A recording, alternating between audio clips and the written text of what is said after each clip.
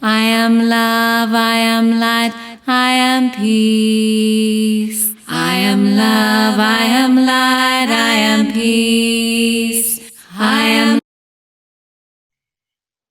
So, super big welcome to my lovely friend Joseph Daniel Drew, and we're going to chat about some great things today. So thank you so much for people joining us. Just to give you an introduction on Joseph. Joseph grew up with a mild type of cerebral palsy and many psychic, medium and empathic gifts. He's highly trained. He's done a whole range of certifications and got a whole lot of accreditations in the area of healing and metaphysics, including a Master Message Practitioner's Diploma, advanced certificates in energy work, reflexology, cranial unwinding, polarity therapy. He's a Reiki Master Teacher, licensed massage therapist. He graduated from the University of Metaphysics in Sedona and achieved a Bachelor of Metaphysical Science degree, Metaphysical Practitioner's Diploma, and is an ordained Metaphysical Minister through the International Metaphysical Ministry. So it's got so many different qualifications on top of his already inherent abilities that he has. And he offers a whole range of energy healing, aura cleansing, chakra balancing, Reiki, psychic reading, medical intuitive readings, mediumship, and more. So it's just a wonderful honour to have you here today, Joseph. And I really love, the thing about you I really love as well is you have a beautiful ascended master energy. And let me tell you a story, because it's interesting. I'm on LinkedIn and I saw your photo come up in LinkedIn. And oh my God, it stood out so much. And I saw all this light around it. And I thought, oh my goodness, you have such Christ consciousness energy in your auric field and around your energy. And straight away I picked up that Christ consciousness energy. And then you were telling me the very fascinating story of your origins, which maybe you'd like to share. But I don't know if we'll go straight into that or you'll bring that up later. Well, sure, I can do that. So, tell me about yourself, your origins. You could tell us about that one as well, if you like, because it makes so much sense when you told me that story and when I picked all that in your energy field. Okay, well, I'm actually I'm very good friends with my soul, so I'm just gonna say I am originally from the planet Altar. It's a ascended being planet. Ascended being planet, yes. Yes. Yeah. And besides, and on top of that, when I came into this planet, Earth, into my physical form, like at least a few months before my 1-year birthday, I got a mild type of cerebral palsy, as well as all of my spiritual gifts, abilities, and so much more. So in a way, I lost something and I gained something.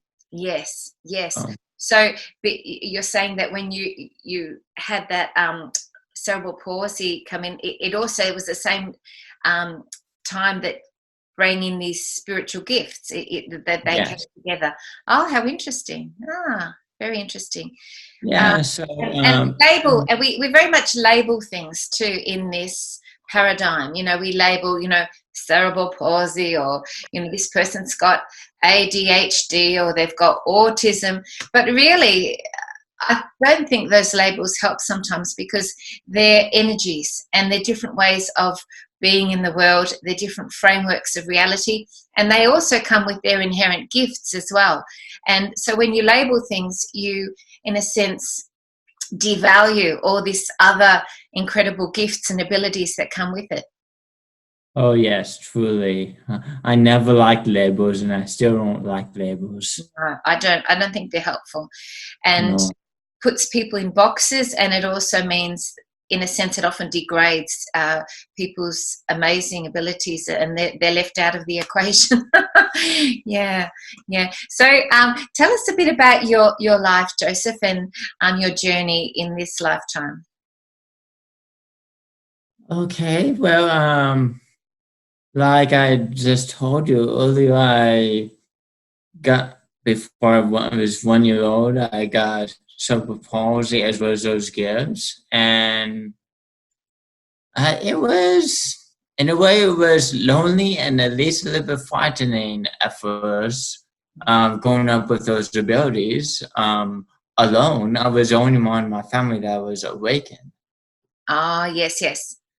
And that often happens with light workers, healers. There's often just one awakened soul there. Yeah. And also, in some way, I had to live like 3 different lives. I was interacting and had to live with the normal people that's not like me, that I call. At least that's what I called them while I grew up. And also, I grew up with so many different special ed people and special ed classes. Yes. Yeah. Yes. And So you're sort of marrying different worlds together. You're trying to bring them all together. Yeah, that, and I never deactivated my spiritual ability, so I had to learn how to let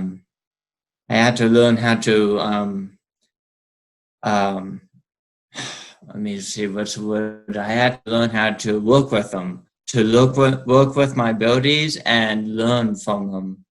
That's interesting, because often, as you know, teenagers, when they go through those teenage years, they if people have inherent spiritual gifts, they often deactivate them. Fear comes up, or peer pressure comes into play, and they let go of those abilities. So you retain them the whole time, the whole way through. That's unusual, isn't it? Yeah, it was. I still had fear and peer pressure. I just never deactivated the abilities. They were always activated. And I think at least some of it is because I truly love challenging myself. I always love challenging myself in many different ways. And besides that, on top of it, I also love to challenge others. Yes. On helping them in different ways. Even before I got into the healing arts, I still like challenging others and helping others. Okay, sure. I got into the healing arts. Yes, absolutely. And I guess having cerebral palsy, that was a way of really challenging self too, to be able to still be able to bring all your abilities and gifts into the world with that as well. And I've got to say too, behind you, you've got the light, and it looks like you've got little wings coming out. So I've got to say, I did applaud that. It's very appropriate.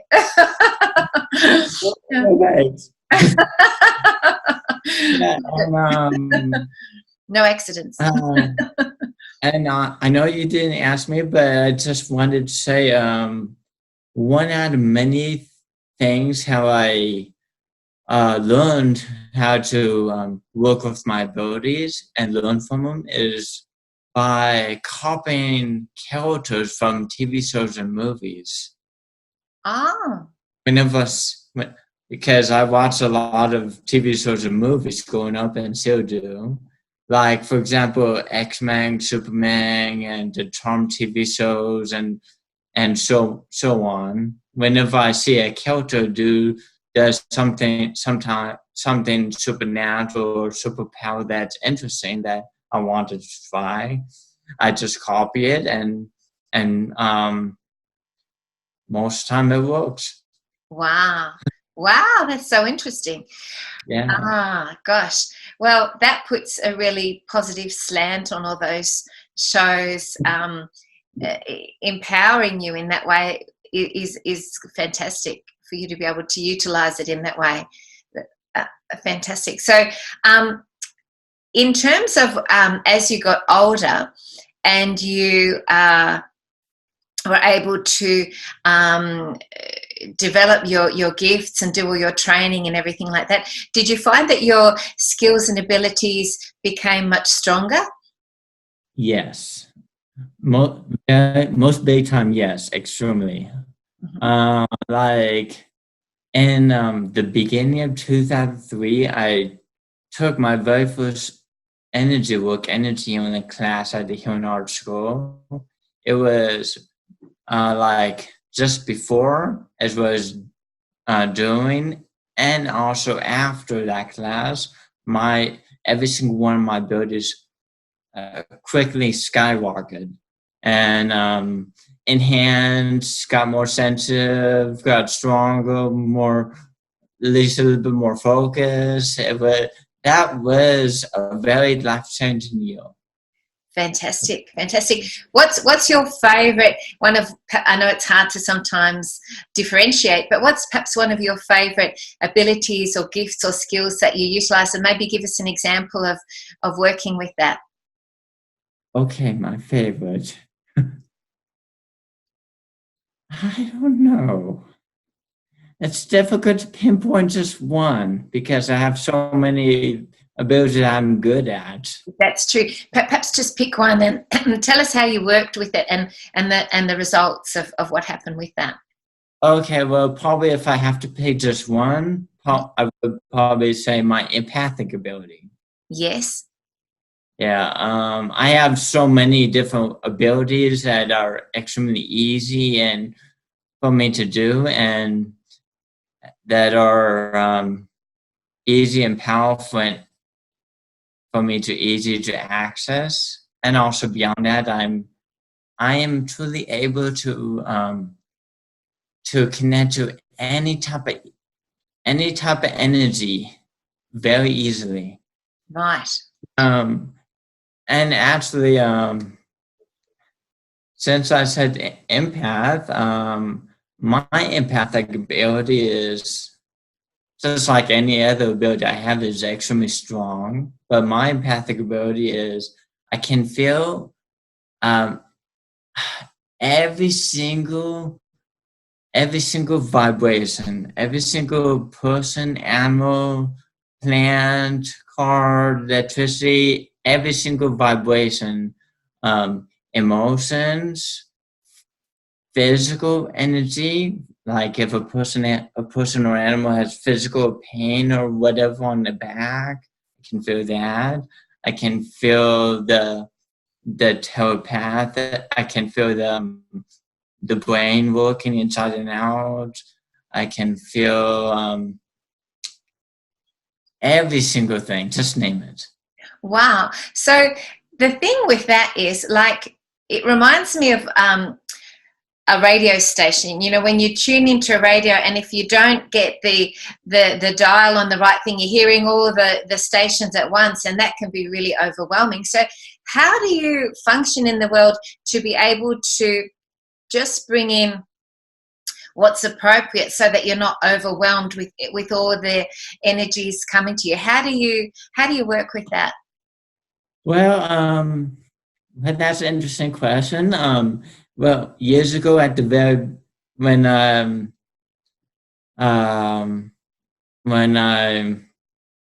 I got this ability, at first at the beginning, I only got just a few strong abilities to start off with. Then whenever my soul believes that I'm ready, he brings me download me so much more power, more abilities. Just pick a word. Just brings them to me. Just whenever I'm ready, and also whenever I'm ready, he enhanced them. He makes them more powerful and makes me more focused and stronger in a way. Yes. So I never get my abilities never get too overwhelming.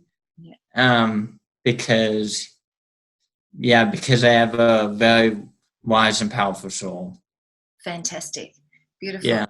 Beautiful. But I'm sorry for interrupting, but also in addition to that, because I'm extremely powerful in all of my abilities, telepathic, empathic, clairvoyance, and literally the list goes on.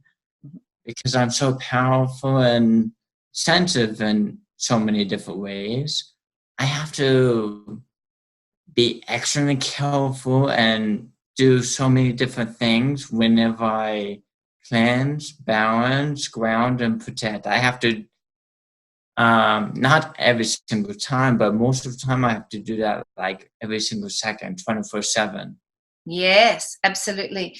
Maybe we could explore that a little bit, and it might give people some ideas about how to improve their own energy, because there's a lot of, light workers, healers, sensitives out there, empaths, who are finding the energies very intense at the moment. We chatted earlier before we came on about how the energies right now are very intense, and how collectively humanity is shifting so much stuff. And for many, many people, there's so many areas that are coming up to be healed and transmuted that have been, unexplored previously, but now they're coming up so that we can heal them and we can all ascend in our vibration. So it is a pretty full-on time for a lot of people. And maybe you could give us a few tips about how people can, maybe some energy techniques or something about how people can work with the energies at the moment and clear their own energy field so that they can function a bit more perhaps effectively and not be as impacted by the intensity at the minute. Certainly. I know so many different techniques that I learned from physical people at the physical healing art school, and I also learned so many different techniques from my soul over the years. And every single technique is extremely simple. It just depends on how sensitive you are, and the more sensitive you are, you have to focus more. That's basically it. Okay. Could you give us, like, say you're feeling really tired? I'll give you an example, because I did a game a couple of days ago called the Transformation Game with the group, and we were bringing up things to clear and transmute, going through different layers, working with angels. It was absolutely exhausting. We did smudge and clear as we were doing it. It went for about 6 hours. I was so exhausted by the end of it. So what would you do in terms of encouraging me with my energy to be able to clear and come back to my own energy and clear all that? What would be a technique you would recommend perhaps for that? Well, probably I would. Well, just about everything revolves around cleansing, grounding, and balancing, protecting the energy. Yep. Like, first at the beginning, cleanse, balance, and ground the energy. Like, for example, one out of many different easy techniques for cleansing the energy is what I usually suggest to people is imagine imagine a cleansing rain that goes all the way around and inside and through you. Yes. Kind of like you're in a shower, but it's energy, just because everything starts with imagination. So, yep. So with cleansing, that's one out of many techniques I say to people. What's a good balancing technique? Maybe a quick one that you work with. I mean, I encourage people to spin colours into their chakras and balance their energy centres that way. Well, what's a quick balancing technique that people can work with that might help them? Okay, well, a quick balancing technique is probably really all of these techniques can be truly anything. Let me see here. Okay, let me just say this. This one technique is perfect for everything. Healing, cleansing, grounding, protecting, energy, all of that in one. Yep. But, and what it is being near color Christmas lights. Being near color Christmas lights, because color Christmas lights has at least some of the colors of the chakras. Yes. And that's very, very balancing and grounding, and also protecting in a way. Oh, how interesting. Yep, that's a good tip. Very good tip. I love all the lights. I used to sit on an oval at my home when I was growing up and look at the lights of the city and just take that in. It was beautiful. So I love looking at lights. Okay, that's great. So I've got some other questions here that I want to ask you about, Joseph. And I must say too, you know, you have such a beautiful, gentle, peaceful energy too. It's really lovely to be in your energy field. So honoring that.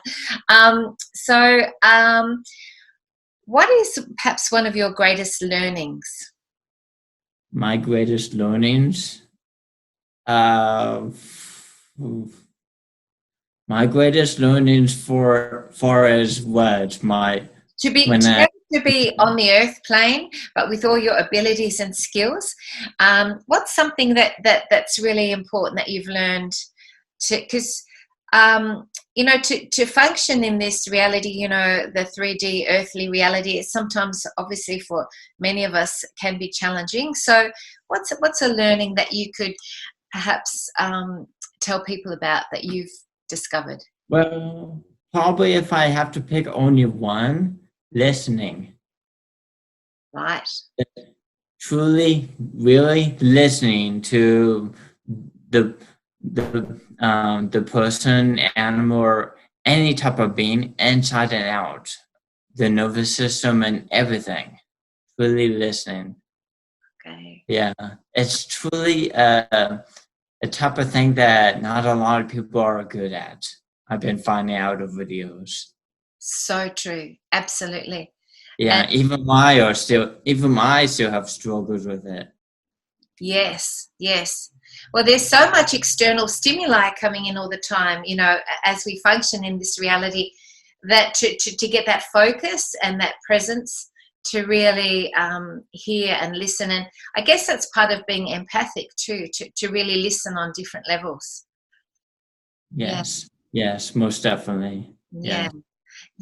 Okay, that's great. Thank you so much for that.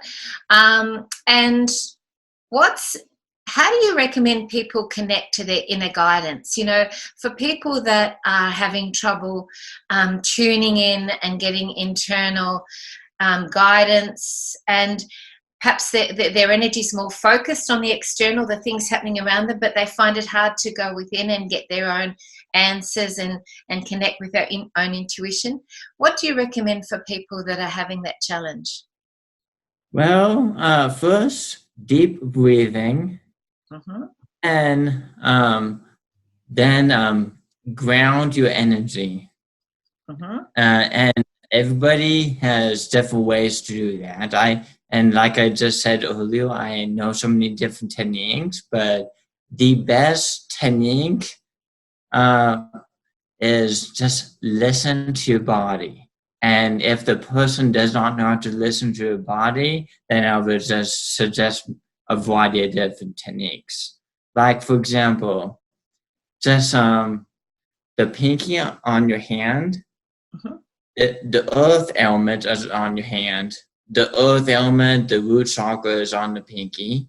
And the fifth element, is the thumb. The fifth element is kind of like the mixing bowl in the kitchen. Holds all the other four elements together. And whenever you connect the thumb to the pinky, the earth element, you are connected to that one element, the earth, so much more. In a way, you're connected to your negative pole on your body as well. Right. Okay, that's a great tip. Okay, I'm going to work with that. Yeah. Thank you. Fantastic. Okay. And what's a way that you recommend for people if they want to connect with their angels, for example, the angelic realm? How would you encourage people to be able to go in and connect to their angels? Really? That's more of a, sounds like that's more of a, like a 2 or 3 part question, because there's low class angels and there's high class angels. There's angels and there are archangels. And there's also other different types of angels besides angels and archangels. What about their personal angels, the ones that work with them specifically? Oh, you're talking about like the guardian angels? Yes. How would they connect? Kind of like our guardian spirits or angel guides in a way. Yes. Okay. Well, one of the many things I would suggest is get more in touch with your inner child, because children are extremely in touch with their spirit guides, guardian angels, whatever you want to call them. Children are so naturally gifted, naturally in touch with them. And most of the time the children and the adults call them imaginary friends. Yes. Yeah. Yes. I remember one of my daughters was little and she was in her cot and she was looking at something specifically just above her head and chatting away and laughing and talking and smiling and having a conversation with, these beings just above her head. And it was really beautiful. It was a lot of joy in those exchanges, I remember. And she was looking at something specific right in front of her as she was lying in the cot. So it was very special. I remember that. It was Emily, my daughter. Okay, so that's some really good techniques.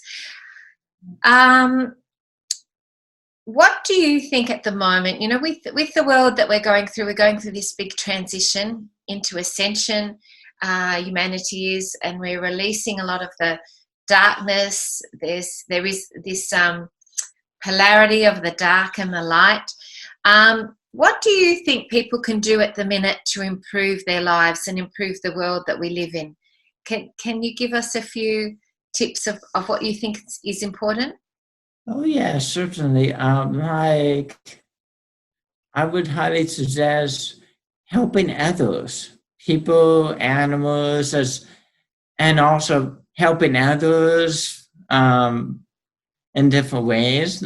And also, besides that, if you find any type of trash litter on the ground, throw it away into a recycle bin. That would be great. And also, besides that, take good care of your health. Whenever you take good care of your health, every single thing in your life comes more into place. Yeah, just as long as you don't have a busy mind. Yeah. Sure. And you actually have done quite a bit of dancing, haven't you, in your life? So tell us a little bit how because that's great for the physical body and for the health and everything. So tell us a little bit about your dancing. I've been a dancer for 15 years now, and I truly love it. It's in many ways, it's like my meditation. Okay. My meditation, my addiction. I love it. It's my relaxing time in a way. What type of dancing do you do particularly? Well, I studied the type of dancing that I studied over the years was, well, let me just put it this way. Ever since April of 2004, I've been studying and performing belly dancing. And also, ever since 2014 through 2017, I've been studying and performing I've been taking classes and studying jazz and ballet for 3 years. How beautiful. Ballet takes a lot of discipline, doesn't it? Oh, yes. It's the hardest dance I know. Say that again, sorry? It's the most difficult type of dance style that I know. Absolutely. Yes, totally. And belly dancing is very good for the sacral chakra, the emotional body, the creativity, because you're really working with that energy center. So that's very, yeah. Oh, yes. Belly dancing is truly fantastic. Great for everything. The head, the shoulders, the torso, the legs, the feet, every single thing, the entire body, inside out.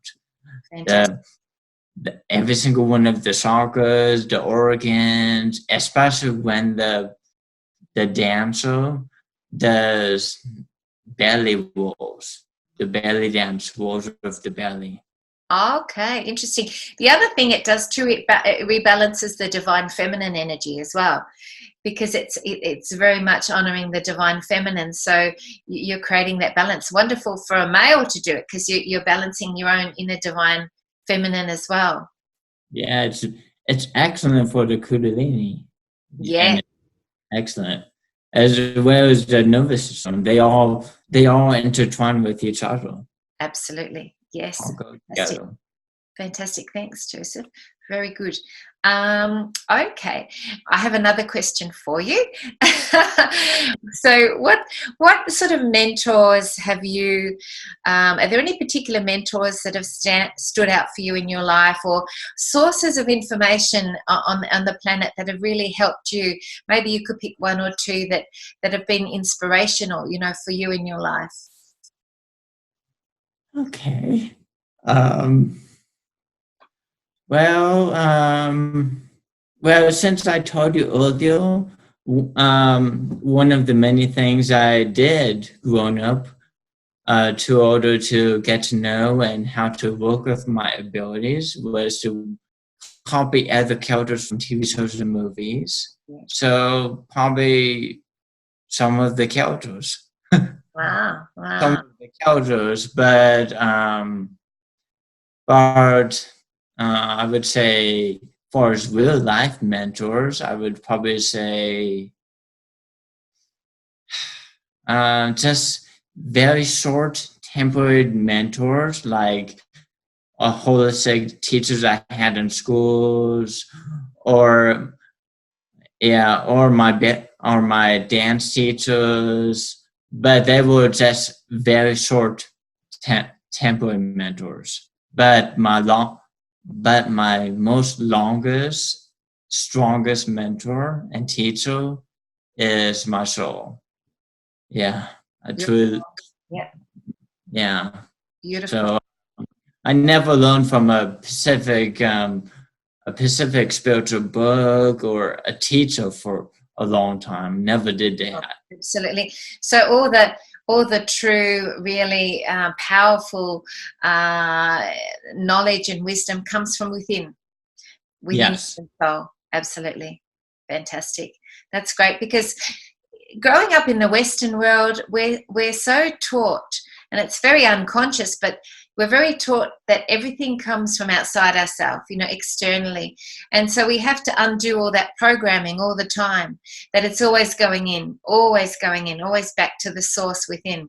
And I find that's something that you constantly are reminding yourself in the context of living in this Western world. It might be different, for example, if you lived in India, because they're often more in touch with that inner core in a culture like that. But I find in the Western cultures, this is something that comes up a lot. Yeah, I've been finding in my country of the United States is very different than at least some of the countries in Europe or yours. It's not every single one of the states. Not every single one of the people in all the states are like this, but most of them are closed-minded to psychics anyway. Even though that a lot of them are starting to have open minds and are awakened these days, that they're still closed-minded people. Absolutely, absolutely. But I think that's changing.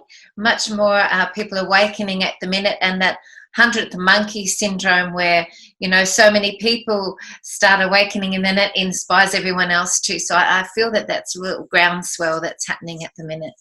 And Yes, definitely. bring it on, I say. It's great. And if I may, Yes. I've been noticing a lot more empaths are starting to come out, like coming out of a closet per se. Yes. Kind of like gays and lesbians, empathic people are starting to come out freely. Yes. And more openly. And that really takes a lot of courage. It does. That takes a lot of courage and strength. Yes, yes. But we're really being encouraged to step into our highest purpose. So if it is part of your highest purpose to go out there and be an empath and teach the abilities that come with that, such an important time now to do that, I think. Oh, yes. Yeah. It's extremely important. Yeah. Yeah, we need energy and this world is truly changing. Yeah, in many ways. Absolutely. Yeah. Absolutely. Yeah. I will share that interestingly, I'm sitting here opposite the Clunes IGA, and yesterday the IGA just opposite where I'm sitting was robbed. There was people went in and stole cigarettes, so it was robbed. It was a break-in, and so the news is over there just opposite where I can see now filming a story on this. So that's about I'm talking about the intensity of the world and everything that's happening at the minute, and they're shooting a story on the news right from where I'm looking. So that sums up the world at the minute. Yeah. And you know what? In some way, it's kind of funny how you brought it up, because while you were talking about it, I was actually truly feeling, energetically wise, feeling that situation very deeply, as well as seeing it. So it did not feel good. No. Oh, how interesting. It did not feel good. I felt pain, sadness, anger, a lot of mixed emotions like that. Yes. Oh, how interesting. Yes, yeah, totally. And the whole shop was shut down yesterday as the crime squad went in to, do what they had to do. And oh gosh, yeah. Oh well, we'll have to both work on transmuting the energy after the session. I've been doing a bit already, but we'll obviously have to do more. Okay. Yeah. Thank you. Well, it's been such an incredible gift to be able to talk with you today, and to have your friendship, I will say, as well. So thank you, Joseph. And is there any last message on this interview that you'd like to share with the people listening today? I'm also going to leave you all your contact details below, so for people to contact you if they want to have a session with you, which I highly recommend to people.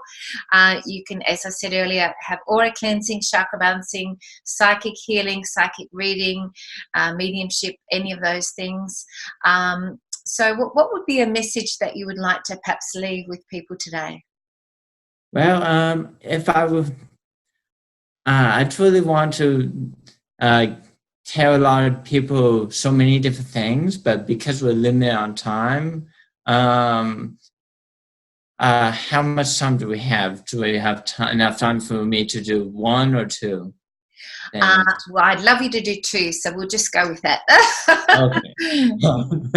All right. Well, the first one is probably the most important one, because there's so many empathic people are starting to come out so much more these days, especially this year. And because of that, there's two major energy protections that empaths must do, so they won't be infected by other people, animals, smog, pollution, or etc. And that is just bring in, with your imagination, bring in every single layer of your aura extremely close to your physical form, so you won't get affected by others, other life forms or whether whatnot says, and the list goes on. So you just have the intention to bring your aura in and have it extremely close around your body. So just ask, I asked to have my aura brought in really close around my body at this time. Is that enough, that intention, putting that out there?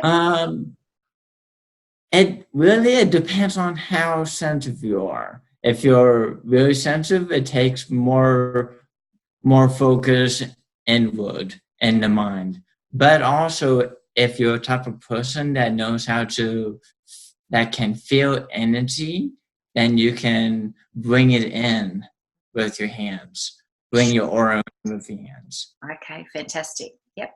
And also, in addition to that, the other thing that empath really needs to do, well, empath or any type of strong light worker with a lot of abilities must do is, because so many light workers have light, they need to bring the light very close inward, bring it inward to the body, because kind of like how bugs are attracted to the light, it's exact same with the spirits. Spirits are attracted to our light, and there's not all spirits out there are good. Okay, so we need to bring that light in around us and within us so that we bring higher quality energies towards us. Is that what you're saying? Yes, exactly. Okay. I think it's really important to connect to the light from, I connect above and then below, to the core of the earth, from both above and below the light, and bring that through every day. And great to start the day off with that and then finish the day off, I think, with that. Yeah, that's great. Yeah. Really fantastic. But also, in addition to all that, as well as many more techniques that I haven't said yet, is just learn how to really listen and trust yourself. And really learn how to believe in yourself. That's a very important thing. Trust and believe in yourself. Yes. Very important. Yes, that's fantastic. So many different sources of information out there at the moment with opposing information. So how do you work out what's right, what's not right? How do you filter all that unless you have your own inner source of information which gives you the answers? Because otherwise you're here, you're up, you're down, you're all over the place because you don't know what's true, what's not true. So important to develop that inner discernment at the moment and connect to that inner. I think that's a great point. Yeah. Well, yeah. Well, that's a good question. So it all depends on how much time we have. Yes, absolutely. Well, I think we might be just about out of time, but I'd love to actually do this again because you have so much knowledge and wisdom to share that's really important for people at the moment. And so I'd love to interview you again soon. And I want to say thank you so much. It's just been... Thank you so very much too. It's so beautiful to talk with you. And don't go away. I'll talk to you some more. But we'll finish this recording. So I hope you enjoyed it out there. And please leave any comments below. And again, I'll leave Joseph's contact information below as well. So thank you. I am love, I am light, I am peace. I am love, I am